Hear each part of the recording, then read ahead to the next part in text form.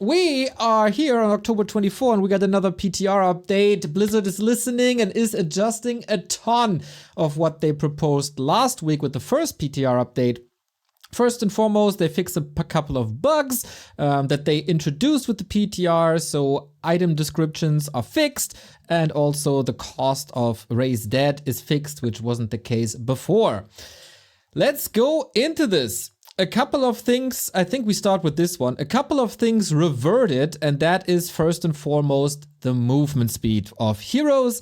They reduced the slow heroes from 290 to 280 back where they are, and I think everyone except AKM was against the movement speed change. They reverted all of that, so that's a thing of the past. And also a thing of the past is the meme new item that was the Rusty Mining Pick. The Bash item is no longer dropping on the drop table. And I think will also get universal praise. Now to the changes. The militia duration was addressed in the previous PTR, was buffed from 40 to 42.5 seconds. Apparently that wasn't enough, and revert the militia time to back where it was a couple of years ago, the full 45 seconds back. Bash is also addressed. They did this before on the PTR. Currently the flat damage of Bash is 25, and now they buff it to 25, 50, and 100. Even stronger than on the first PTR, but they addressed two other things as well this time, and that is the Bash duration from a flat 2, respectively 1 on heroes, to 2, 4, and 6 seconds on units, and 1, 2, and 3 seconds for heroes. That definitely will be talked about, but the chance of Bash gets reduced from 20, 30, and 40% to 25% flat. Big change for Bash. Very curious what the humans think about this. The most outrageous change was Devotion Aura, 2, 3.5, and 5 seconds on the live patch. Was buffed to 3, 6, and 9 armor on the first PTR, and now they find the middle ground again with 3, 4, and 6 armor value. Still strong. A change proposed here on the stream by our friend Save Orcas was to increase the food that the human main building is giving, and they listened. The keep, the tier 2 building, from 12 to 14 food, and the castle even from 14 to 16 food. Hello Blizzard, apparently you're watching. Talent cost still in. Immolation activation cost increased not from 1 to 5, but from 1 to 10 this time. And also the damage of immolation reduced on level 1 by 0.5. That results in 1 damage per second less. I think they have to change the immolation activation cost accordingly, but they probably will do that. Blink stays the same as on the first PTR. Fan of Knives has been addressed as well. Is still stronger. The damage cap makes more sense now. The damage cap has been buffed from 4 units 5-5 to 5, 6, and 7, and will still do 75 per target. Is that the right way to do it? We'll discuss this.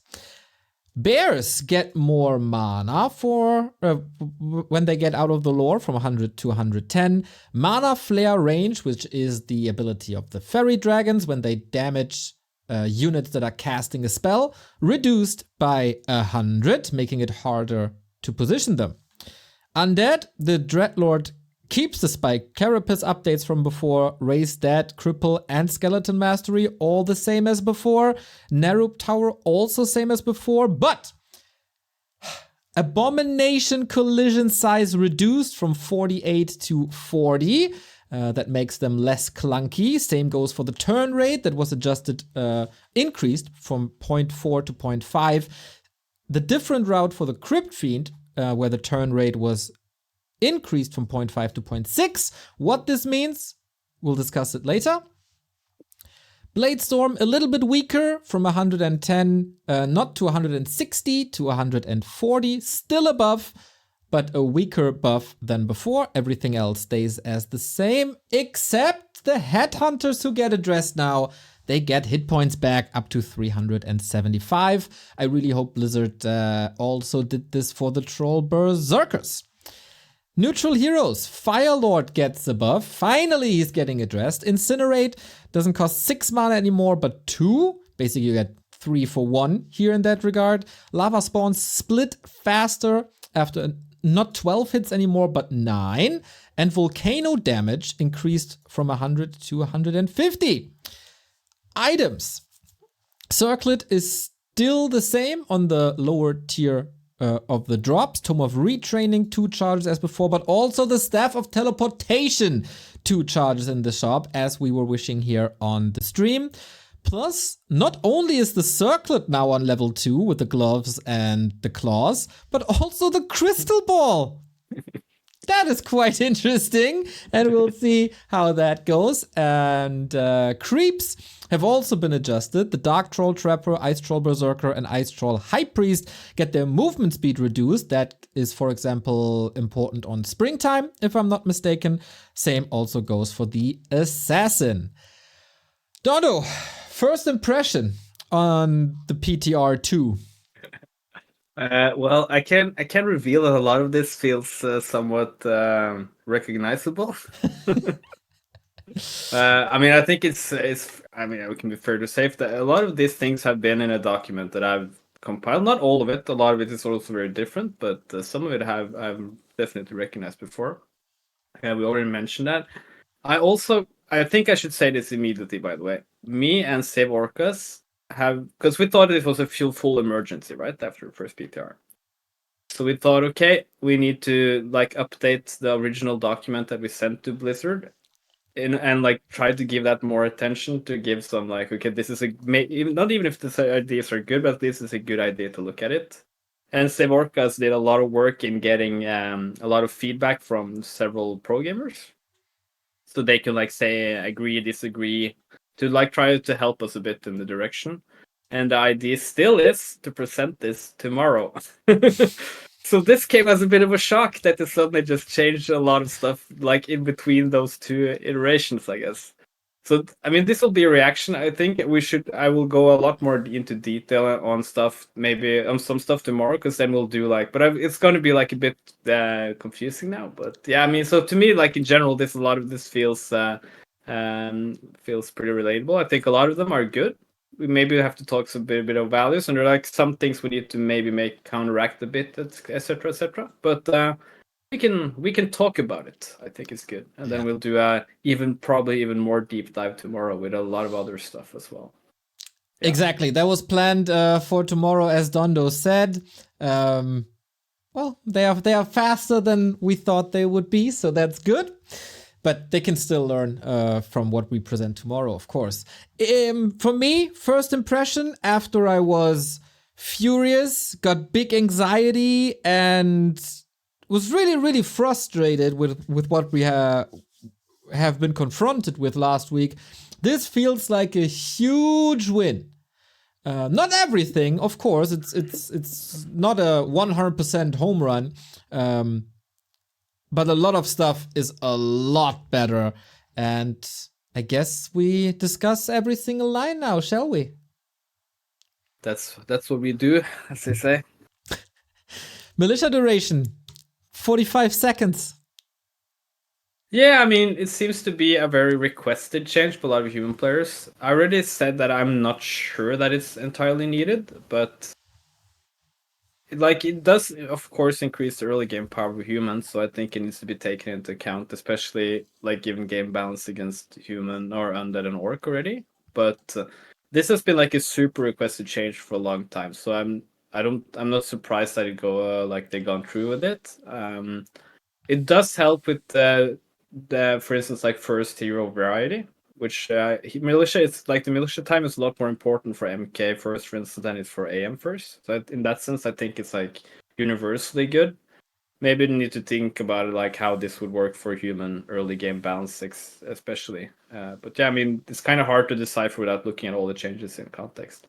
Correct. I'm a bit surprised about this. I feel like nobody was complaining about the 42.5 second buff. It kind of tells me that they think that they nerfed human on the second version substantially, that they have to give another buff to something, and they decided that it's militia. It also tells me that they really don't want to touch towers, because that is not addressed. Yeah. Yeah. That seems to be the solution. I don't think it can hurt a lot, but I'd rather see the 42.2, but that 0.5, but that's just a gut feeling of me. Yeah, the interesting thing is that this was kind of how Blizzard used to do when they kind of refused to do numbers that were not perfectly even.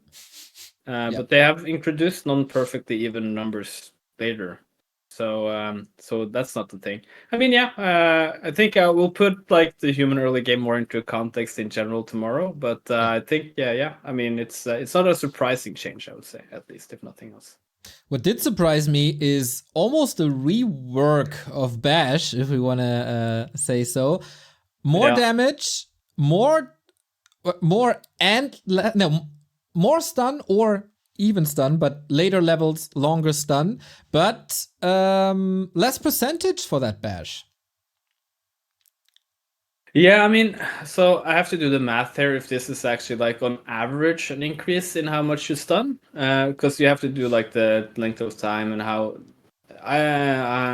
likely it is to happen. But one thing I can say, like I can give immediately impact on, is that it now makes, if you go a higher level Bash, it goes from either ability that does not like proc or procs and it's like super good. So that makes it a bit wonky and very risky, I would say, in its current, like this suggested implementation. 100 damage plus 3 second stun. It's not that often you go level 3 Bash. So that should be, like, of course, that's pretty rare in general. But 100 damage and 3 second stun on a hero, that's insane. Like, and he has a Stormbolt as well in the backhand. you hit Stormbolt, his stun for, I don't even know the time anymore. And then the second he's like almost getting out of Stormbolt, he gets bashed for 3 more seconds and 100 bonus damage. Yeah. I think intuitively that just sounds insanely strong. It's probably situational, because then you would need to go level 3 bash. You don't do it that often. But I think some is that it's too strong. I don't like stuns that last that long in general. Maybe it's not that bad for units. I'm kind of like thinking maybe it's okay that level 3 bash is like almost guaranteeing a kill on a unit, because it's a level 3 skill for a level 7 hero probably. But the 100 bonus damage with the stun for heroes kind of becomes a bit too much. So maybe if you're going to do this big stun on units, remove the bonus damage and don't keep that stun on heroes. Not 3 seconds. That's too long. I agree. We discussed the power level of a disable at length when they introduced the mining pick. And here they bring it in again. Not a fan. We've been through this with Keepers and Entangle. We've been through stun durations that were too long with Impale as well. Be careful with stuns, please. I still don't feel anyone thinks that Bash is weak. I see that 40% Bash chance is maybe crazy. Maybe even it out a little bit, make it 20, 25, 30, but therefore a little bit more damage. But the stun duration, guys, is insane and will lead to ridiculous situations when we rather want to reduce RNG and make things fun a different way, because this will 100% lead to frustration because there's no counterplay to it except stay out of range, which is tough when that hero also has a Stormbolt. So don't do it. I agree. I think it's just too strong, and it makes it, even since it also reduces bash chance, like how you used it becomes very situational now. So it's either going to be a super frustrating, or even at times it might feel underwhelming the times it doesn't proc, right? So I mean, I might be insane, but didn't most people just feel bash was okay as was? I mean, maybe we don't even need to change it. I think that's like the default here. Just keep it as it was. I think that's fine. Maybe, I mean, if you're going to keep bonus damage, maybe, if anything, maybe it's okay that level 3 bash like procs more damage, but not more stun. I'm not sure. Yeah. Okay, let's talk Devotion Aura, or as we called it, Divine Aura, after the PTR 1. They find or they think this is the sweet spot in the middle between the current version and the absolutely insane armor values that they introduced Thursday. 3, 4, and 6 armor for Devotion Aura. Is that an okay level now? I think it's hard to say. I mean, that's also like another ability I just think is okay as is. And I even think maybe like 3 at level 1 feels strong already in my head. So yeah, maybe just like, yeah, if they really insist on buffing it, you can go even more conservative, give 2.5, 4, 5.5. I mean, it's very good already. I feel like if you're gonna buff it, just buff it very slightly, if anything. The thing is, like, it's an ability that is hard to balance between being. If you want to force it as a choice, then you need to make it very good, probably, because people still want to go Divine Shield. But you also make it such a good ability. The rare cases you get like high level Devotion Aura if you get the armor too high. So yeah. I also feel like I have to repeat myself here. This will buff human in the late game against physical damage when their armor values are already very, very good with updates or with upgrades, and potentially enough fire. And human doesn't need that. They are the late game army composition. They have the strongest late game if it's the ultra late game, if you have everything that the race has to offer. And this is not necessary. They need help in the beginning, but definitely not at the end. They struggle, of course, against non-physical damage like spell and whatever crit is, or these ultimate thingies, but not with this. This makes a strong characteristic of a race even stronger when there is very little counterplay to it, especially for orcs. We try to warn that orcs can't deal with human mass air anymore because bad riders can never scale, while griffins and dragonhawks can absolutely scale, and then it's just ridiculous. So I'd still scratch this, same as for the bash. It's not necessary and potentially game breaking. Yeah. I think it's less potential to be game breaking at this levels, of course, but I still think it's too good still. I mean, it should be very good reasons to buff good abilities, basically. And I think there might be a disconnect here between us and the developers in the interpretation that they might see like that people don't go a lot of Devotion Aura, and therefore it's not a good spell. It's just that the Pala has 2 other very good spells that he kind of wants to go first. Yeah. So last week we had Save Orcas here, and he proposed this change here. There's a funny thing here though. Can I just say it immediately? Yeah, for sure. He didn't mean that castle and keep should have 2 each. He said that keep and castle should just increase food from 12 to 14. So you don't get like additional 2 more food by castle, if I interpret the workers correctly. But the idea here was that it gives you 50 food with farms instead of 48 food, which can be a bit annoying when you go one base, and like streamlines one base human a bit more without giving a lot of buff to expo human. So it gives like a very, very small incentive to play more one base. So that's the idea behind it. Yeah. So are these numbers correct is the question. Each farm... Yeah, it should say keep and castle increase food from 12 to 14. So you don't need the additional 2 more for castle, basically, would be the way I would look at it. I mean, it doesn't matter that much, to be honest, but it's still like unnecessary to keep 2 more food for no reason. I mean, doesn't it help if you have castle and an expansion and then you need a farm less? It would give you 1 farm less, yeah. I do think 1 farm less matters a lot more when you go 1 base than 2 bases, of course, because you usually go like a lot of farms to block stuff at the expo, etc. But yeah. Okay, so with that, you would need 7 farms now instead of 8 with castle tech and an expansion. But yeah, in general, I like it. Maybe the castle doesn't need that necessarily. But the keep increase was very good. It's a simple change. It's a small change. It's quality of life because You can't go over 50 so easy anymore. It also saves you a couple of resources. This is a very, very smart change if implemented correctly. Yeah, and I feel like this is like a very it's like usually a very game developy kind of way of thinking of stuff, right? So farms are unique. They do give less food. They're also cheap and they can scout everywhere. To quote Carson. Fix farms. Yep. But this also gives you like that 50 perfect food count, which is also since the game mechanics are so around low upkeep. This is just like it's very very like it has to be a very small change, but a nice change. Yeah. Okay then, Night Elves. Talon stay the same. Immolation. You are the doctor of immolation. Do a doctor immolation. The activation cost is now 10 and level 1 does 0.5 damage less per tick. Okay. Here we go.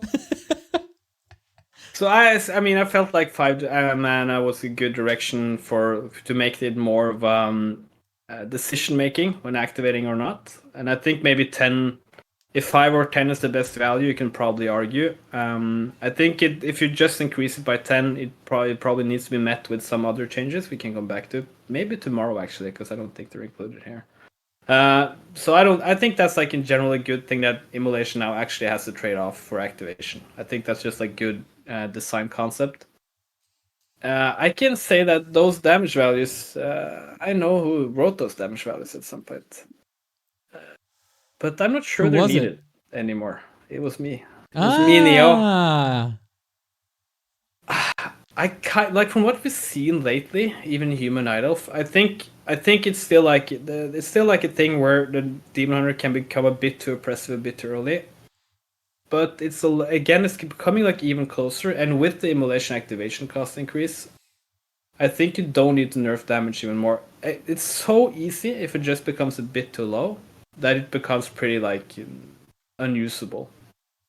So I mean, I don't think that 5.5 is needed. I think we can live with the values there are now, and then try to like. There's other stuff you can do. Wait to tomorrow, boys. But there's other stuff you can do that I think are maybe more interesting.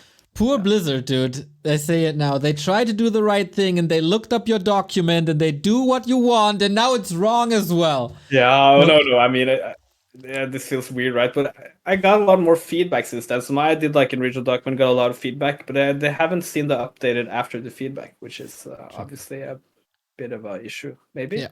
Yeah. And by the way, the mana activation requirement thing is it's wrong in the thumbnail there. It is 20 in game, so it's like the correct values. Nice. So they just forgot about that. That's fine.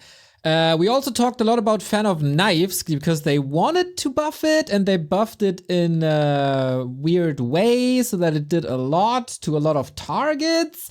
And it feels like they understand the values now. They increased the unit cap from 455 to 567. And they specifically mentioned that it does 75 per target. So first of all, is this implemented correctly now? With what they want to do? Yeah, I mean, that last part makes no sense. Still do 75. That's only on level 1, right? But I mean, I guess the logic follows with other damage values. I think these numbers should be correct. I haven't like completely done it, but it looks like intuitively correct. I think this, for what they want to do, is fine. I think Fan of Knife changes will be very split down the middle, whether people like it or not. I think some human orc or whatever undead players will think like any imbuff to Fan of Knives is bad just per se. Some night elves don't like the fact that even they hit more targets, they still have the same damage output versus peasants, which was like some people have noticed is a thing.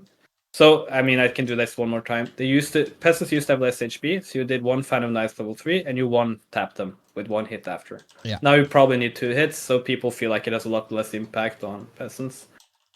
I can already say that I don't mind like a general small buff to a Fan of Knife. Somehow we can discuss the values. I think maybe 7 targets intuitively sounds a bit much, but maybe not.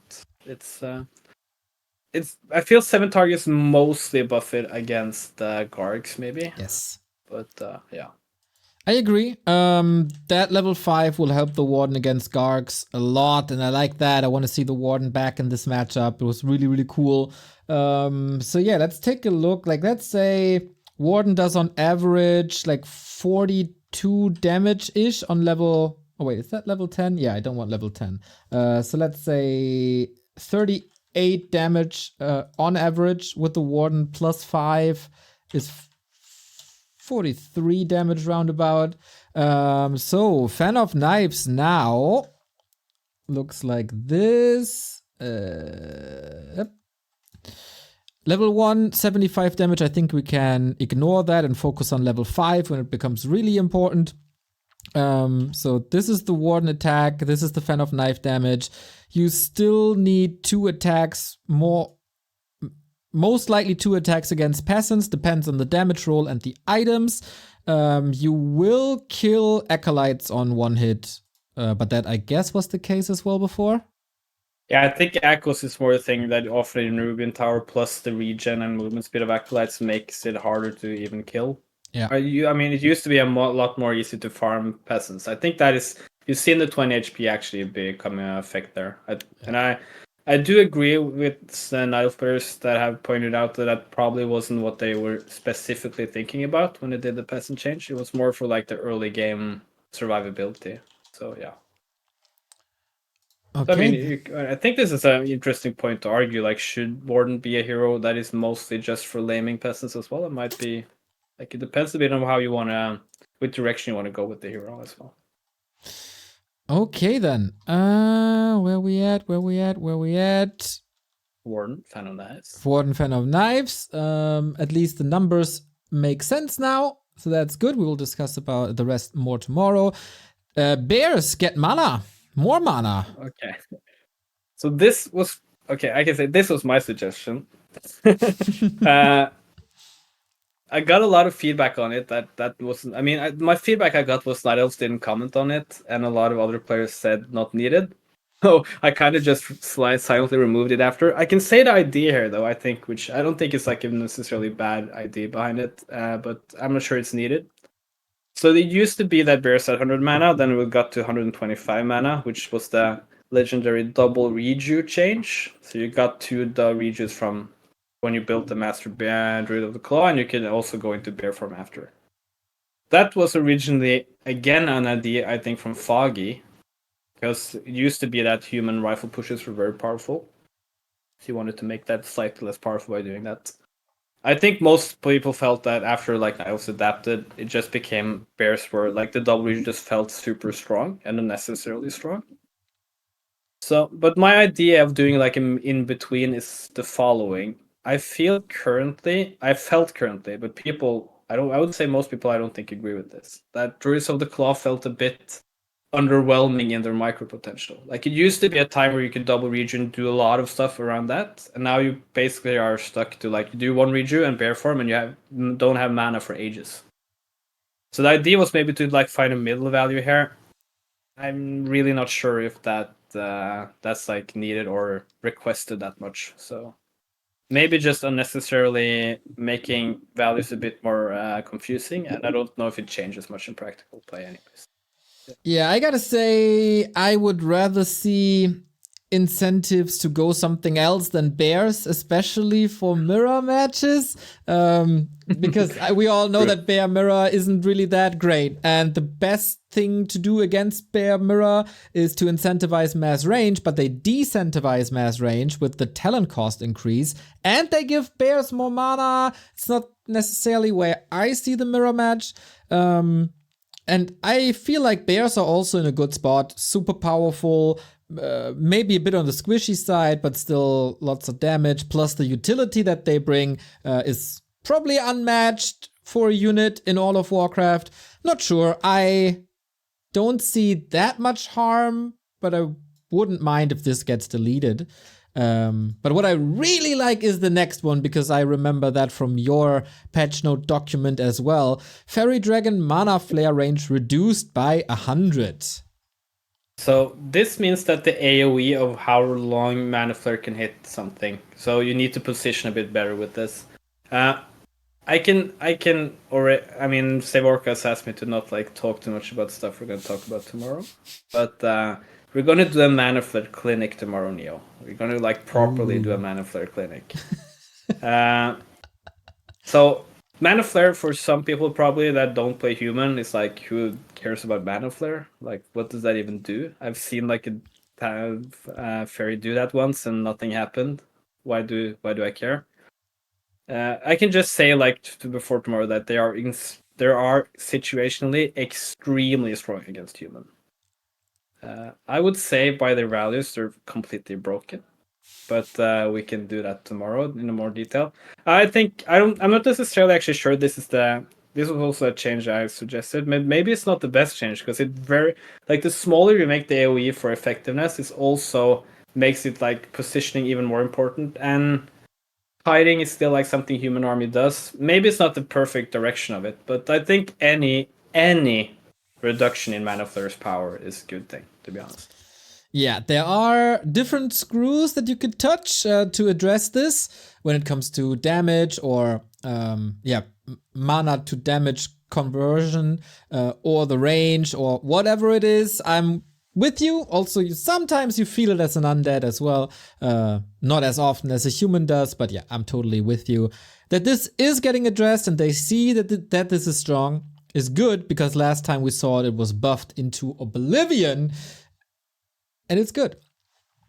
Undeads. The fact that they leave Raised Dead at 50 mana is worrying.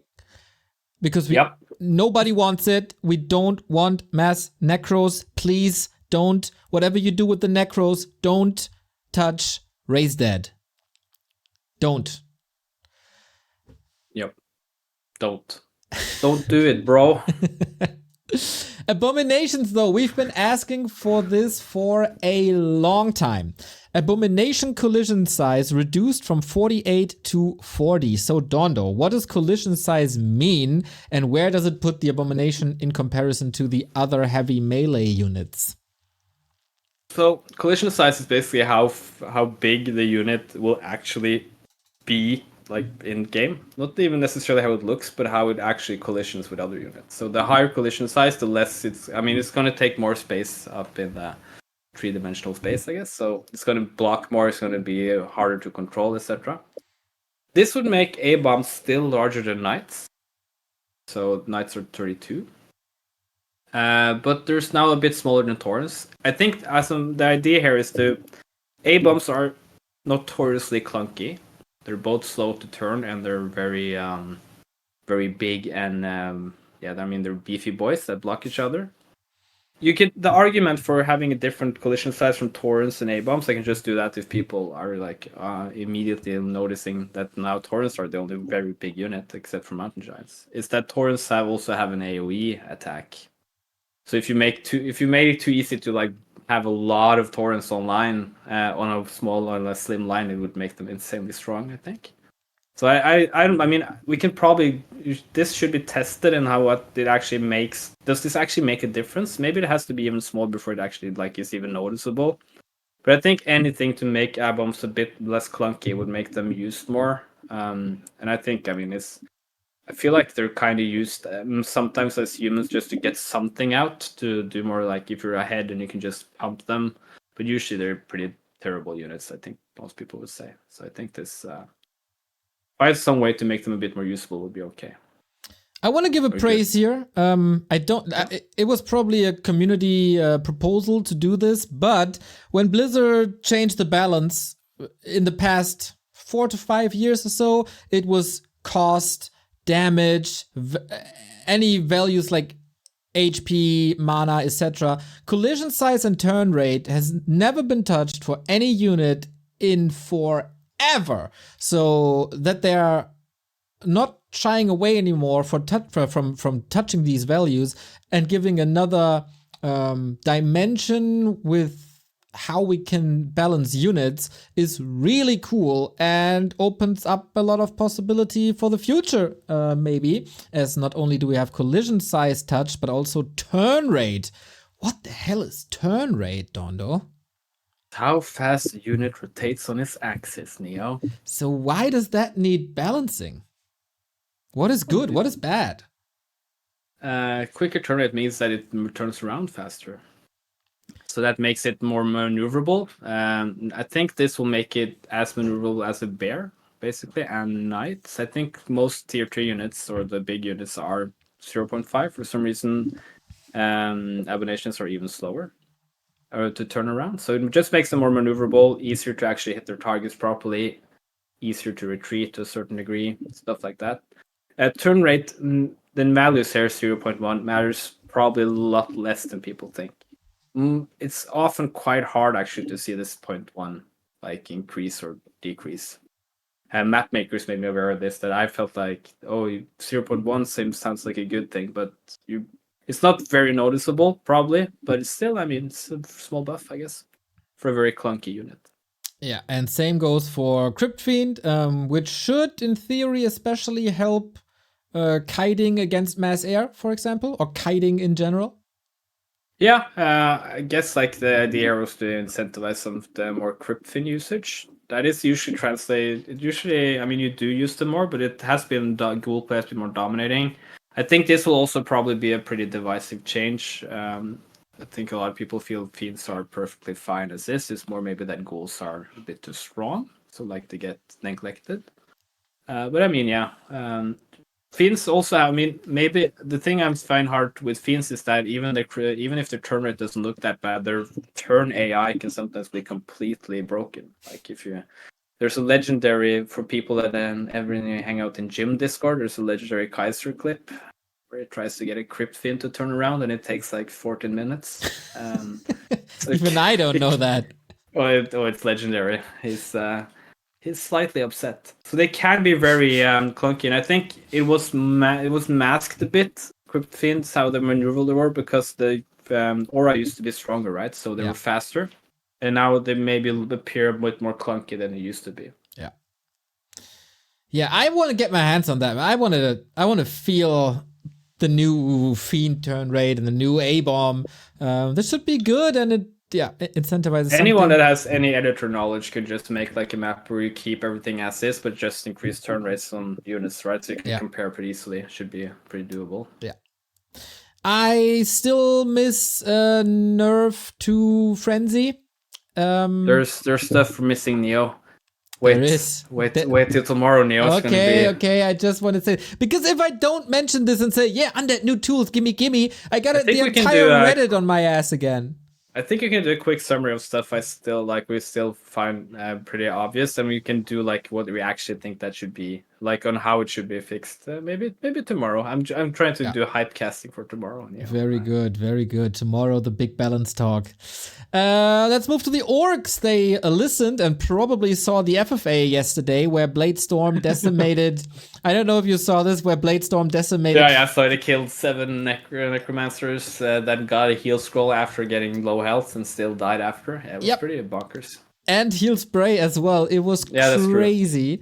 So Bladestorm now not at 160 damage per second, but rather 140, since it is a 7-second spell. That is 7 times 140, and that is 980, which is pretty good, I would say. Does it, let's say, kill a barracks now? I don't think so, right? No. Not at all, not even close. So I think the values are okay. Does it kill a haunted gold mine? It still does. Does it kill 3 of life, I think? No, it doesn't, right? I think that's the most important one in my head. Well, no, it doesn't. So yeah, I think buildings are a lot safer from this ultimate now, because that's really what we want to prevent. Like, I don't want to see a Blade Master just crushing every single building, coming out of nowhere with a Blade Storm. That's rather lame. But I like that it has more impact in the fights. And this might be the sweet spot, might still be on the strong side. In general, it's fine. To me, at least. And I think all the Orc players out there, they might be celebrating until the end of the week. Headhunters get their HPs. Yeah, I mean, this is a huge requested change. I think this is extremely important, actually, currently. Headhunters has like more or less complete, and They haven't completely vanished, but they completely vanished more than you add a few at the start, and they can feel very underwhelming against human pressure in general. Both if you're trying to pressure Expo, but also if you get pushed into your base at level 3 AM.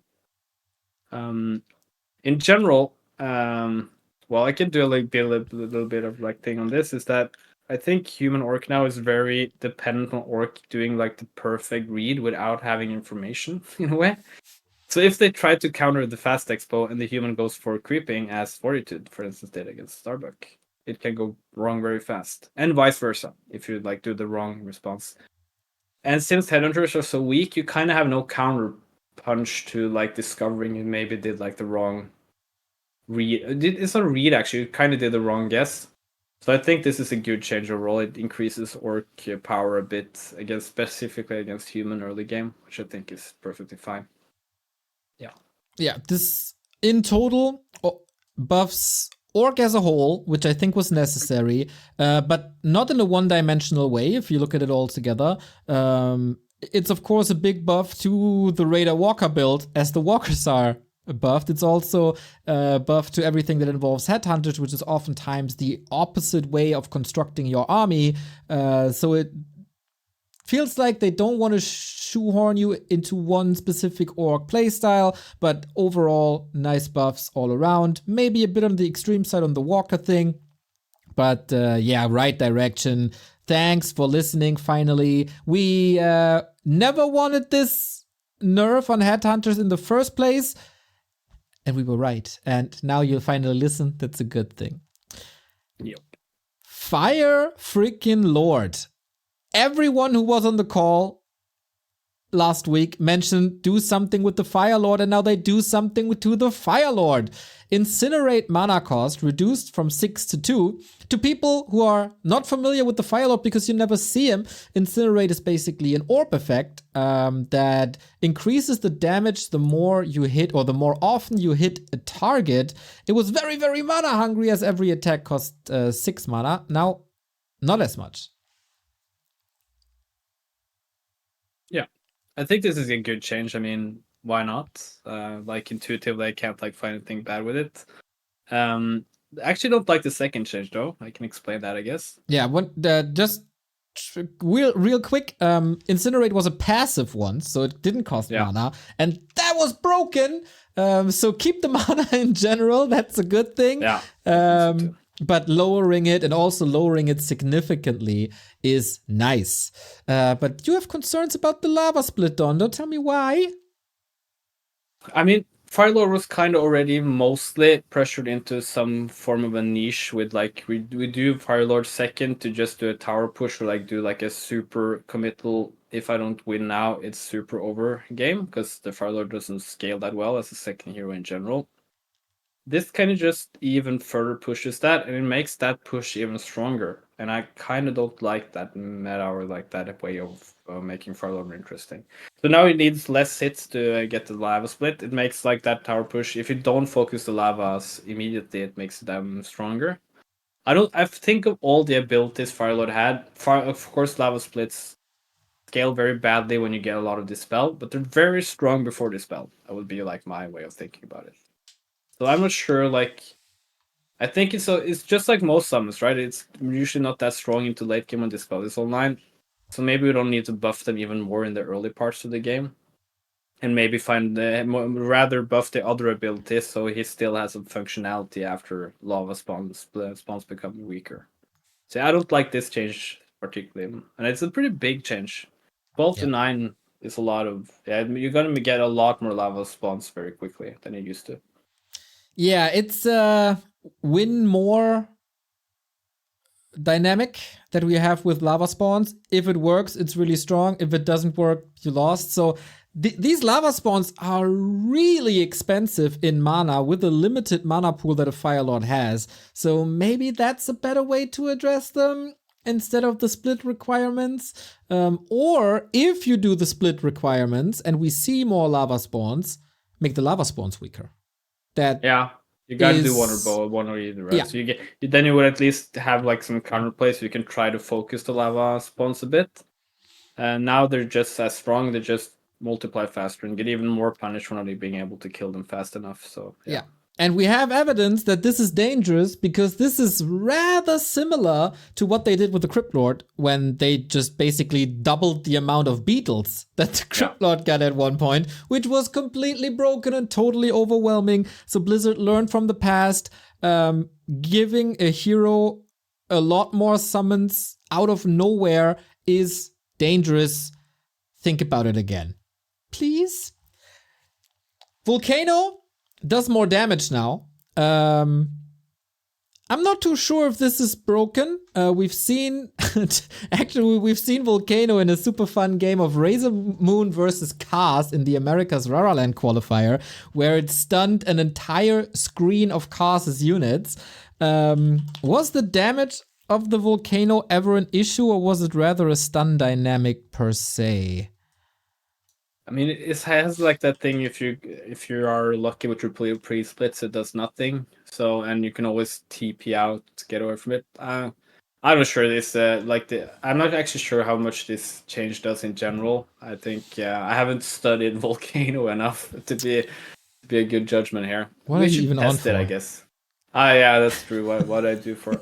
I So mean, it this is doesn't now- change the inherent fact that Firelord is very bad until Volcano. Usually, I think. Yeah, yeah. If you disregard the other changes. So yeah, there are some people I know that mention when you say like level 8 hero, if that's just too strong, who cares if they get level 8 hero? They deserve to win. But I mean, it's a bit scary, these kind of changes for other game modes, probably more than solo. Yeah. So maybe if like it's super broken, it will be a curse on FFA and 4v4 probably. Correcto. This is now a max damage of 2,250 instead of 1,500. Quite significant, I would say. 2,200 damage. I can speak, if I'm allowed to, for the FFA community. This will raise bases. Fact. Yeah. Like, absolute fact. This will wipe out bases in no time. Yeah, maybe indeed a bit problematic. Maybe they're a bit overzealous with generally the ultimate buffs in that they go from like it feels like it's just because it's a perfectly round number, so they go from 100 to 150. I mean, like I think most people will be like intuitively start with 110. Yeah, and then I guess. scale like every 10 to see when it stops being like too, or when it starts being too strong. So my idea is that without testing it, that they like my first intuition is that they need to scale back anyway. So maybe it makes them easier for themselves to not. But the thing is, of course, as the Blade Storm, you can now test it, and if it's broken, it's very easy to prove, and then just reduce it. So that's like maybe understandable in these ultimates. It's worse, I think, to do 2 big buffs on more smaller stuff that is hard to look like immediately check, because then it's also harder to get them to revert stuff. Yeah, would be my idea. I think this is not necessarily addressing the problematic parts of the Firelord, but that they finally touch him is very, very nice, and especially the Incinerate one is really good. Let's move to items then. That is something. The circlet stays on level 2. I want to mention this again. I absolutely hate it. Don't do it. Circlet was okay on level 3 in this iteration. If it's still the 2/2/2 circlet, it cannot be on level 2. It's too strong. By far the strongest. Ruins the drop table for level 2. Don't put it back if you don't change the item in general, but I said this last week already. But we got our wish when it comes to the telestaff, Dondo. Yeah, I feel like this is good. I think especially in certain matchups, I think all these 2 in shops have like they obviously have a trade-off here. It might remove tactical play and fighting over shop, which is something some people inherently like, and I don't necessarily disagree. However, for instance, in Night of Mirror, somebody pointed out, Staff of Teleportation can be like super game deciding from the get-go. So, I would also say human versus night elf. Not human versus night elf. Night elf versus orc. Yeah, and even like Undead Night Elf sometimes can feel super decisive because it removes like so much mobility for the Night Elf if the DK steals it. Then, so yeah, I think maybe this is fine. You can still like introduce more tactical play on maps where it is one shop. You can still control the shop to a certain degree, right? Yeah. You just you're able to buy. So yeah, I think it's fine. I think the benefit you get from the more like tactical play of buying staff and removing staff from the other player is less than the disadvantage the game for game health overall, that you felt like, oh, I did everything perfect, I just didn't buy staff 5 seconds earlier, now the game is over. Yeah. Which I think it actually happens quite often. I think so too, especially when two players are standing at the shop and spam the button and just one player can get it. That's just luck or connection, and the game shouldn't be decided by that. I wanted this for literal years. I think I wanted this since they introduced the same mechanic to Boots of Speed, where it was a similar thing. Like, one gets the boots, he's faster now, he can chase, he wins the game because of that. It was always bad, and I really like that they did this. Praise and shout out to that. Now, the next one is Crystal. What will Hawk do now? I think it just ruins Hawk's gameplay overall. I mean, he's based his entire playstyle on getting Crystal Ball at expos. Like, this is Crystal Ball on level 2, very, very early.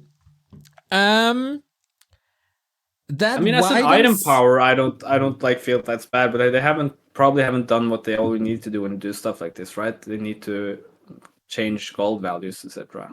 Yeah, definitely. Like, okay, let's the Crystal Ball has every item has a sell value, and just because you change the level of an item, that doesn't adjust the sell value. We see this for a Period of Vitality, for example, that sells higher than everything else on that drop table, and the Crystal Ball as well sells for more gold than a Gloves of Haste, than a Ring of Protection, than a Claw, and this has to be adjusted. And I didn't look it up, but I'm 100% certain they didn't change the sell value. No. But like I actually haven't thought about this change like beforehand, so I have no idea like how much I actually think about it. But intuitively, I don't necessarily think this like is horrible. If they've changed the sell cost, I didn't think about it either, but I do have an initial positive feeling about it, because scouting early is very important, and you have to sacrifice something for it, and that is like a worker, or that could bring you lumber, or you sacrifice a skeleton with which could increase your creep speed. So instead of using that, you can now use the Crystal Ball on a certain cooldown, and that helps you, especially in the early game. And then later on, you sell it because you know how the game is going to look like and what's going on. Yeah, I guess that's actually a valid point. Yeah, it might. But the point otherwise might be that it kind of devalue scouting, active scouting in the early game. You could just like bail yourself out by Crystal Ball, but then you have to have a game plan oriented around getting a Crystal Ball, which is of course. Nah, I don't think so. Yeah. I don't think so. I mean, if you're gonna keep Crystal Ball, I think it's good to get it below on level 2, because it's not a good item on level 3 usually. Yeah, definitely. So, is this in any sort of form dangerous? No, I think the main intuition is that maybe it just like devalue scouting to maybe a bit too much of a degree. So let's say human now doesn't send a footman to scout, and if they get a Crystal Ball, they kind of jail items get like very cheaply out of not scouting. But I mean, they can also click the Crystal Ball just the wrong place, and it doesn't matter. Or like depending on Crystal Ball is very scary, right? Because you can like scout the expo. He's not going expo, but you can do like super greedy creep camps or something that doesn't give you like so. Yeah, I mean, it still helps you, right? Because then you know that it's not an expansion. Knowing that nothing is happening on one spot tells you that something is happening at another spot, so it still adds to your knowledge about the game. It does, but it can also give you like false confidence. So true, you know this is happening, so you kind of just assume this other thing is happening. Well, the footman running around can actually confirm what's happening. So yeah. I think we all agree that Crystal Ball wasn't meant to be at level 3. The other items are just way, way, way better, and that it's not in that table anymore as the loser item is a good thing. It won't help you creeping yourself, but might lead to creep jag or some knowledge. I think this is good. If you don't want to touch the value of the Crystal Ball or add anything to it or delete it entirely, this is cool. This also adds to the very, very limited drop table of level 2 drops. That's also good. I'm posy on this. Yeah, I mean, intuitively, I don't see like this as a huge problem. I feel like if changes are even okay changes that I don't think changes much, like why be negative? Like any change that is not bad is like probably a good change in some way. It gives like some shakeup of stuff. So yeah. I think so too. They also, something I really like, and it's similar to what I said about turn rate and the size of a unit. They never really touched the mercenaries. And I know that our friends of the map making community have been asking about changes to these mercenaries for years now. I think since pre-Reforged they did. And now they do. So maybe there's hope for the map makers that other creeps and mercenaries can be adjusted as well to give them the proper values. The ice mercenaries now as fast as the other trolls. Yeah. And I guess the main idea here is that they now can be re-aggroed in a different way than they used to, right? So then, because of their move speed, they were really hard to re-aggro properly. Or like change aggro was the way I thought about it. Yeah. This is Save Orca's, I have to say that this is Save Orca's idea. I can just give it out of the bat. So if you hate this, it's Save Orca's patch. Blame him. Blame him. I think stuff like this is a good change, and also the assassins as a merc buy was extremely good, right? So I think this is actually okay nerf for just that purpose alone. All right. Then let's see what happened here on this PTR update. Little summary from my side. Militia duration, second buff. I'm torn. Bash change, not good. Devotion change into the right direction, but still not good. Keep food, great. Castle food, maybe not necessary. But yeah, keep food, really good. Immolation cost, okay. Maybe a little too low, but in general, good. Mana flare, nice. Fan of knives, nice. Druids, okay. A-bomb, nice. Crypt Fiend, nice. Bladestorm, nice. Headhunter, super nice. Incinerate, super nice. Lava Splits, dangerous. Volcano, dangerous. Telestaff, absolutely amazing. Crystal Ball, good. That is, in my book, a win for PTR 2. Yep. I mean, I think this is a lot better. There's still it still has like a few things that might be Baroque Nero if there is introduced. I think the volcano thing is just one thing, and also the lava split thing worries me a bit. But I mean, we can test and check and see how it works.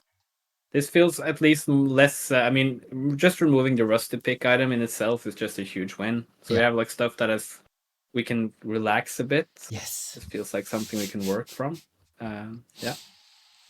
Also, I feel like this is more deserving of good, proper feedback from people. I think it was good that the first reaction was a bit panicky to kind of just put the focus on maybe this isn't thought through properly, and this is a bit more.